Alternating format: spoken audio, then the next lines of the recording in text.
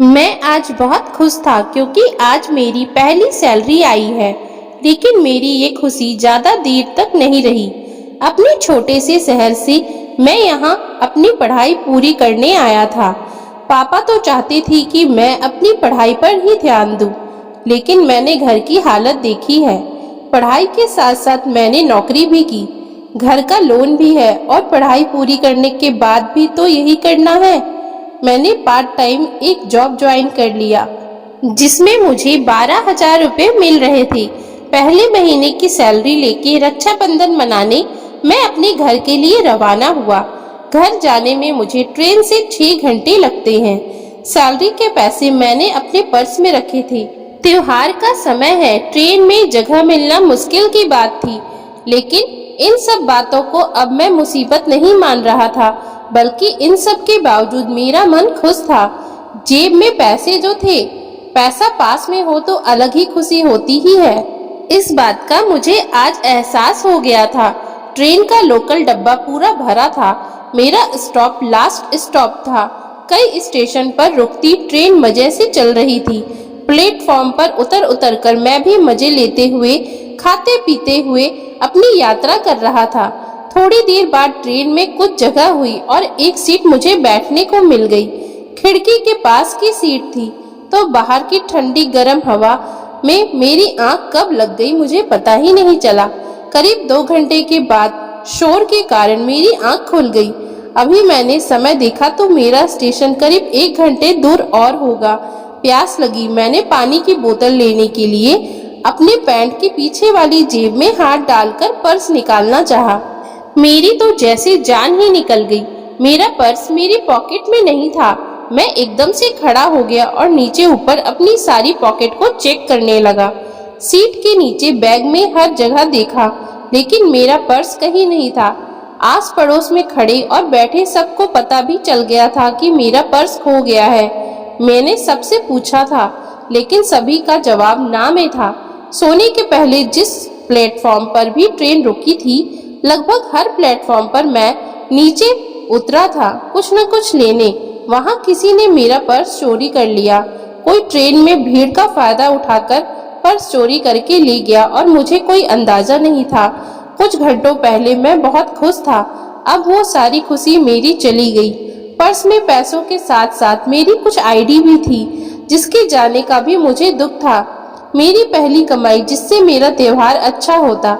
सभी के लिए मैंने उन पैसों से कुछ न कुछ लेने का सोच रखा था। मेरे लिए वो पैसे बहुत कीमती थे। बस मैं अपना सर पकड़कर बैठा रहा। मेरा स्टॉप सबसे लास्ट था और वो भी आ गया था। ट्रेन से सब उतरने लगी, मैं बस वही अपनी सीट पर बैठा रहा। सबको जाते हुए उतरते हुए देख रहा था। मैं इतना लापरवाह कैसे हो सकता हूँ, ये मैं सोच रहा था। आखिर मैंने अपने पर्स का ध्यान क्यों नहीं रखा। यही सब सोचकर मैं अपने आप को बार बार कोस रहा था। ट्रेन खाली होने के थोड़ी देर बाद तक मैं वहीं बैठा रहा। फिर आखिरकार मैंने खुद को संभाला। मैं अपनी सीट से उठा और दरवाजे की ओर जाने लगा। आंखें मेरी अब भी यहाँ वहाँ मेरे पर्स को ही खोज रही थी। सोच रहा था कि क्या पता यहीं कहीं पड़ा होगा मेरा पर्स, इसलिए मैं सब सीट के नीचे एक बार फिर देखते हुए जा रहा था कि मेरी नजर एक पॉलिथीन पर पड़ी जो सीट के नीचे थी। उसको उठाकर मैंने खोलकर देखा। उसमें एक हैंडबैग निकला, वजन से थोड़ा भारी था। खोलकर मैंने जल्दी से देखा, मेरी आंखें चमक उठी। उसमें पैसे थे। मैंने फटाफट वो बैग को वापस बंद किया और उस बैग को मैंने अपने बड़े बैग में डाल दिया। मैंने उसे ठीक से देखा भी नहीं कि उसमें कितने पैसे हैं। मैंने सिर्फ यही सोचा कि जल्दी से यहाँ से निकलूं। क्या पता जिसका बैग छूट गया है कहीं वो वापस ना आ जाए। मैंने मन में यही सोचा कि शायद ये मेरे लिए ही छूटा है। भगवान चाहता है कि ये मुझे मिले। इसमें इतना पैसा है कि मेरी और मेरी घर वालों की कुछ समस्या तो हल हो ही सकती है। अब मेरी खुशी का कोई ठिकाना नहीं रहा। मैं अब पहले से भी ज्यादा खुश था। बस मैं जल्दी से प्लेटफॉर्म से निकला और ऑटो करके अपने घर पहुंच गया। घर आकर पहले मैं सबसे मिला, फिर कुछ समय सबके साथ बात की। फिर अकेले में जाकर मैंने अपना बैग खोला और उसमें से वो बैग निकला जो मुझे ट्रेन में मिला था। मैंने उसमें रखे पैसे निकाले। करीब 2 लाख रुपए उस बैग में थे। उसके अलावा एक पर्स भी था। मैंने पर्स खोलकर देखना चाहा, लेकिन इतने में ही कोई बाहर से आवाज लगाने लगा, जिस कारण मैंने फिर उस बैग को बंद कर दिया। रक्षाबंधन पर मैंने अपनी बहनों को अच्छा सा गिफ्ट दिया। साथ ही मैंने ये भी सोच लिया था कि उन पैसों का मैं क्या करने वाला हूँ। इस बारे में मैंने घर पर कुछ नहीं कहा, सिर्फ मन ही मन मैंने प्लान कर लिया था। पापा के एक लोन की किस्तें बाकी थी।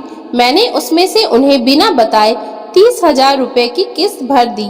बाकी के पैसे को भी मैं ऐसे ही इस्तेमाल करने वाला था। मैं बस 3 दिन की छुट्टी पर आया था। वापस जॉब और पढ़ाई के लिए लौटने का समय हो गया था। मैं वापस ट्रेन में बैठ गया। इस बार मेरे बैग के साथ उसमें वो छोटा बैग भी था, जिसमें करीब 1,60,000 रुपए थे। एक बार मेरा पर्स चोरी होने के बाद अब मैं ज्यादा सतर्क हो गया हूँ। मुझे नहीं लगता कि अब मैं ऐसी गलती दोबारा करूँगा। मैंने अपना हाथ बैग से हटाया ही नहीं। प्लेटफॉर्म पर नीचे उतरते हुए भी मैं बैग को अपने हाथ में पकड़कर ही रखा था। करीब आधा सफर हो गया था।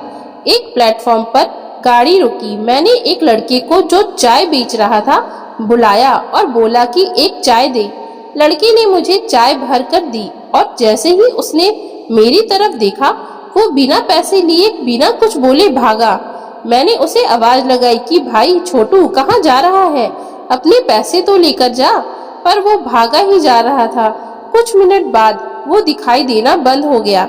शायद प्लेटफॉर्म के बाहर किसी दुकान में गया था। ट्रेन का समय हुआ, हॉर्न बजा। धीरे धीरे गाड़ी प्लेटफॉर्म से निकलने लगी। तभी वो लड़का फिर से दौड़ता हुआ मेरी खिड़की पर आया। बोला, भाई अपना पर्स लो। उसने मेरे हाथ में मेरा पर्स दिया। वो वहीं रुक गया और ट्रेन ने धीरे धीरे स्पीड पकड़ ली। उसके चेहरे पर जो मुस्कान और संतोष था, वो मेरे कलेजे तक पहुंच गया। मैंने अपना पर्स देखा। उसमें सब वैसा ही था। उतने ही रुपए थे, एक भी कम नहीं हुआ था। उस लड़के से कुछ पूछने और कहने का समय ही नहीं मिला। उसकी हालत भले ही तंग हो, लेकिन उसको और उसके परिवार को नींद अच्छी आती होगी। अब मैं ये सोच रहा था कि भगवान अब मुझे क्या दिखाना और सिखाना चाहता है। मैंने किसी का बैग लिया और उसके सारे पैसे को अपने समझे, जबकि एक लड़का मुझसे काफी छोटा था और वो मुझे जिंदगी की बड़ी सीख दे गया।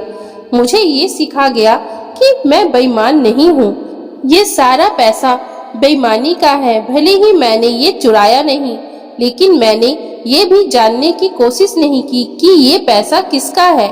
लेकिन एक लड़का मुझे बेईमान से ईमानदार बना गया। मैंने अपने कमरे में जाकर सबसे पहले उस बैग को देखा कि कहीं कुछ पता या एड्रेस मिल जाए। उसमें एक पर्स था जिसमें एक एड्रेस मुझे मिला। मैंने उस पते पर उस बैग को भेज दिया।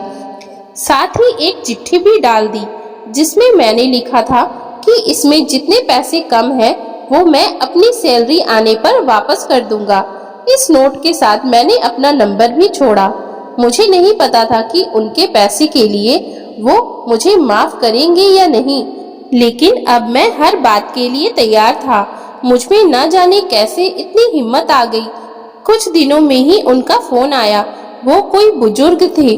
उन्होंने कहा कि उनके हाथ से ये पैसा न जाने कहाँ रह गया था। किसने कब लिया उन्हें भी पता नहीं चला। उन्होंने मुझे बहुत दुआ और आशीर्वाद दिया। कहा कि बचे पैसे वापस नहीं दूं तो भी चलेगा, लेकिन मुझे वो वापस देना है। पैसा और बैग मिलने की खुशी इस शांति के आगे कुछ भी नहीं थी। ये कुछ अलग ही थी। उस लड़के ने मेरी जिंदगी बदल दी। भगवान मुझे यही सीख देना चाहता था। तो दोस्तों, अगर आपको हमारी आज की ये कहानी अच्छी लगी हो तो कृपया आप हमारे चैनल को लाइक, शेयर और सब्सक्राइब जरूर कर लें, जिससे हम आपके लिए और भी अच्छी अच्छी कहानियाँ लाते रहें। Thank you for watching.